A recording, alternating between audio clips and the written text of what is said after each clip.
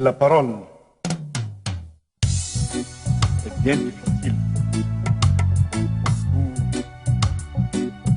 en ces circonstances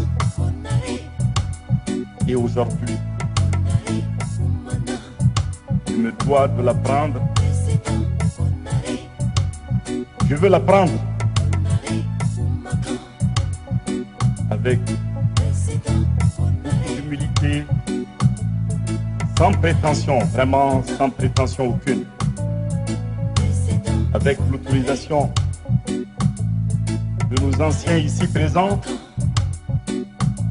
de nos aînés qui sont ici, de nos chefs religieux et bien sûr avec la grande compréhension et la grande indulgence de notre frère et notre ami Gbagbo et de tous nos autres amis ici présents.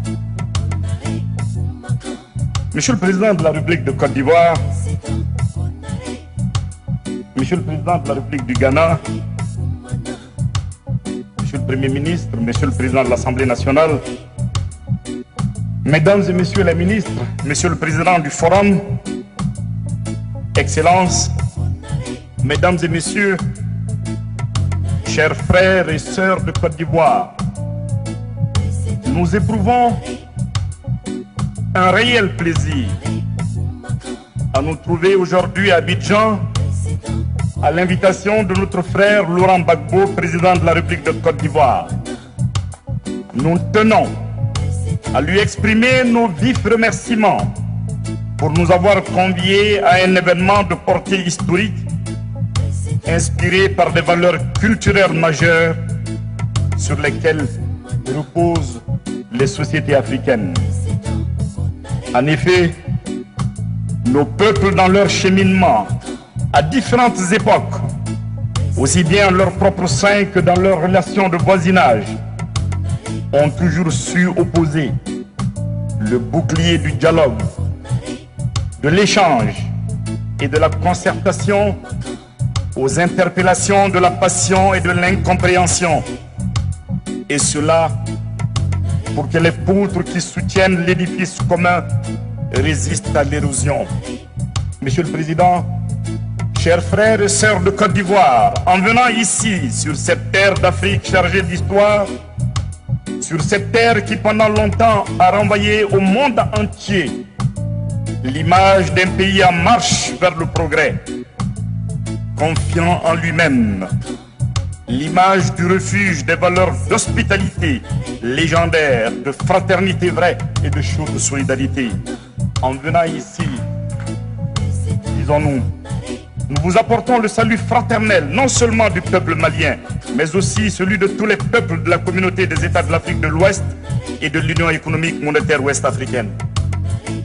Aujourd'hui, le peuple frère de Côte d'Ivoire, égal à lui-même, a choisi de s'arrêter un moment pour se regarder en face, en se souvenant de ce qu'il a été et en ayant en vue le rôle qu'il est appelé à jouer dans la sous-région et en Afrique. Chers frères et sœurs de Côte d'Ivoire, en acceptant de vous retrouver dans le cadre d'un forum de réconciliation nationale, vous exprimez fortement votre volonté d'arracher votre pays, notre chère Côte d'Ivoire, à l'emprise de la fatalité et de l'ouvrir à la pérennité, à un avenir digne de son histoire et de sa culture. Vous exprimez aussi votre volonté de secouer les démons de la violence et de la haine et de vous tourner vers un avenir de paix et de concorde. C'est du normal de la Côte d'Ivoire. Il s'agira moins de déchirer des pages de l'histoire que de les tourner, que d'avancer. Il ne peut pas s'agir d'oublier, mais de pardonner, d'assumer ensemble les erreurs, voire les fautes. Combien vous avez eu raison d'enclencher une telle dynamique, d'engager un tel processus jusqu'à cette étape il ne pourrait s'agir que d'un processus fragile, avec au début des avancées incertaines, quelquefois des reculs, qui finiront à force de foi, de détermination, par être des bons décisifs. Partout, vous le savez, mieux que moi, Monsieur le Président, en tant qu'historien, partout où l'on s'est montré méprisant dans ses relations, où on a substitué aux règles de l'humilité et de la tolérance, celle de l'arrogance et du rejet de l'autre, le frère, on est allé à l'affrontement sans issue. Les propres enfants du pays ont conduit leur pays à la catastrophe. C'était le Rwanda, le génocide, les bras coupés de Sierra Leone. Cela n'arrive pas qu'aux autres, que Dieu nous en préserve. Mais, cela peut exister derrière des buissons de l'intolérance. La catastrophe arrive vite quand on n'a pas le courage de se parler, d'échanger, de regarder l'autre, de faire confiance à l'autre, si différent mais si proche, aux voisins si sacrés, aux amis si chers, aux partenaires si nécessaires, quand tout se réduit au pouvoir, à la quête du pouvoir, aux problèmes politiques, il faut de vraies solutions politiques, pas de faux fuyants. Elles peuvent être difficiles à trouver, mais nous devons les trouver ensemble, à coups de concessions, de compromis, conformes à l'état de droit, de compromis démocratiques. Les problèmes politiques mal résolus finissent par prendre des dimensions régionalistes, puis ethniques, puis religieuses, qui conduisent à l'anarchie. Il nous faut aujourd'hui dans tous nos pays un fonds politique apaisé pour pouvoir bien aborder et résoudre les difficiles situations économiques et sociales. Chers frères et sœurs de Côte d'Ivoire, nous demeurons convaincus que l'ensemble de la société ivoirienne, et singulièrement la classe politique ivoirienne, saura relever le défi. Nous tenons à vous en féliciter vivement et vous apporter le témoignage de notre soutien et de notre solidarité sans faille, de notre disponibilité pleine et entière. Jamais le Mali, encore moins par Dieu, le Mali démocratique n'a été et ne sera un terrain d'hostilité. La sécurité de chacun de nos voisins est notre sécurité. La stabilité de chacun de nos voisins est notre stabilité. Voyez-vous, mes frères et sœurs, le Mali, voyez-vous, mes frères et sœurs, le Mali, c'est un peu de chacun de nos voisins. Le Mali, c'est un peu d'Algérie. C'est un peu de Niger, un peu de Burkina Faso, un peu de Côte d'Ivoire, un peu de Guinée, un peu de Sénégal, un peu de Mauritanie et un peu d'autres encore. Le Mali se lie aussi dans chacun de nos voisins. Il n'est pas nécessaire de rappeler ici que les peuples de Côte d'Ivoire et du Mali et d'autres peuples ont entretenu des relations séculaires d'amitié et de fraternité. Souvenir de structures étatiques passées, de migrations multiples que vous avez su bien décrire, Monsieur le Président, à travers ces contrées pluriethniques, de ces contrées si riches de leur pluralisme et de leurs différences. Souvenir d'engagements communs, de luttes communes, de sacrifices communs au sein du Rassemblement démocratique africain, RDA. Souvenir inaltérable du vieux, de notre faux-foy à tous, malgré tout, si présent aujourd'hui dans cette salle et si présent auprès de nous aujourd'hui.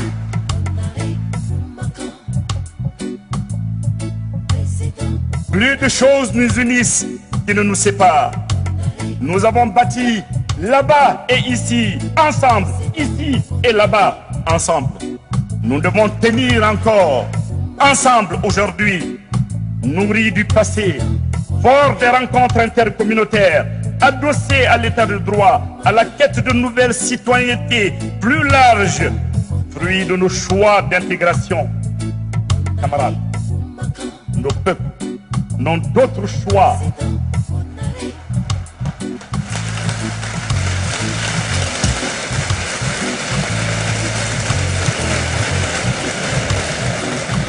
Nos peuples n'ont d'autre choix que de bâtir le présent et l'avenir qui leur sont communs sur des fondements inaltérables qui ont su respecter la patine du temps et l'usure de l'histoire. Monsieur le Président de la Côte d'Ivoire, Président de tous les Ivoiriens et de toutes les Ivoiriennes, de tous les Africains et de tous les étrangers qui vous sont confiés, Monsieur le Président, nous sommes convaincus que le peuple de Côte d'Ivoire saura cicatriser ses blessures, surmonter toutes ces dissensions et poursuivre sa marche altière, celle d'un grand peuple, d'une grande nation, vers le progrès social, économique et culturel. Cette perspective nous réjouit profondément. Elle fera honneur à la Côte d'Ivoire, à tous les fils, à toutes les filles de ce pays, à la sous-région, à l'Afrique, si bien représentée aujourd'hui par notre frère ici. Elle nous fera donc dignes des Félix Houphouët-Boigny, des Mamadou Konaté, des Ouezin Koulibaly, des Modibo Keïta, des Kabore Zenda, des Diaka Boda et j'en passe.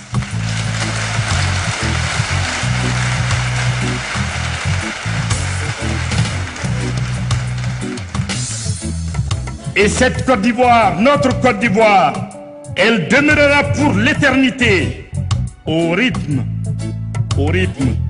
du salut à la terre d'espérance, au pays de l'hospitalité, dont les légions remplies de vaillance ont relevé la dignité.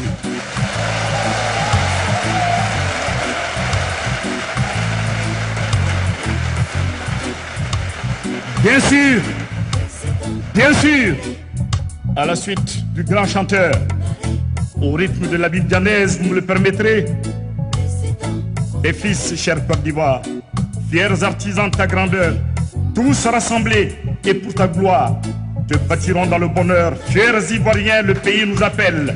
Et si nous avons dans la paix ramené la liberté, notre devoir sera d'être un modèle de l'espérance promise à l'humanité en forgeant unis dans la foi nouvelle la patrie de la vraie fraternité. Et je note la patrie de la vraie fraternité dans la vérité, dans la tolérance, dans la solidarité, la patrie de la vraie fraternité, dans la vérité, dans la tolérance, dans la solidarité. Nous souhaitons plein succès aux travaux du Forum de réconciliation nationale.